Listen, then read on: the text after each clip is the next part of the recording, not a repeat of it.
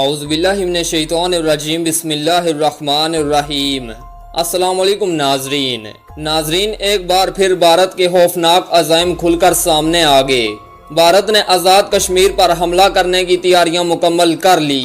ناظرین، جنگی ٹینک، ہیلی کاپٹر، بھاری ہتھیار اور خصوصی فوجی دستہ mountain strike corps line of control پر بھیجنے کا اعلان کر دیا۔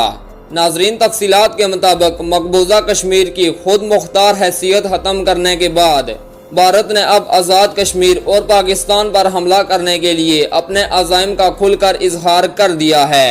ناظرین، مزید ویڈیو کی تفصیلات میں جانے سے پہلے ڈسکور دا پلیس کو سبسکرائب کر کے ساتھ موجود بیل آئیکن کو پریس کر دیں تاکہ آپ کو ہر ایک انفارمیٹیو ویڈیو کا نوٹیفیکیشن بآسانی مل سکے۔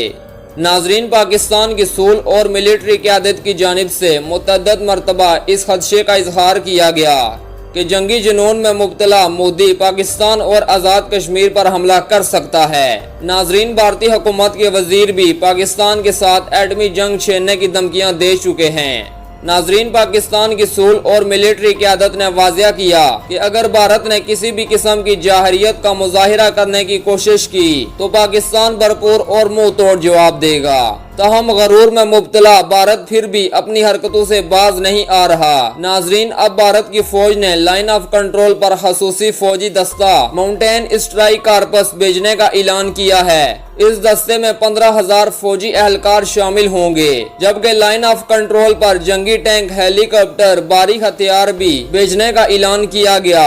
بھارتی فوج نے دھمکی دی ہے کہ خصوصی فوجی دستہ ماؤنٹین اسٹرائک کارپس کے اہلکار سرحد پار کر کے محسوس علاقوں کو اپنے قبضے میں لینے کی صلاحیت بھی رکھتے ہیں۔ ناظرین، ان تمام صورتحال کے حوالے کو دفاعی تجزیہ کاروں نے خطرناک قرار دیا ہے اور واضح کیا ہے کہ یہ اقدام پاکستان کی سالمیت کے خلاف ہوا تو اس کا بھرپور جواب دیا جائے گا۔ ناظرین، اس صورتحال پر دفاعی تجزیہ کار وجاہت ایس خان نے بھی رد عمل دیتے ہوئے اسے تشویشناک قرار دیا ہے۔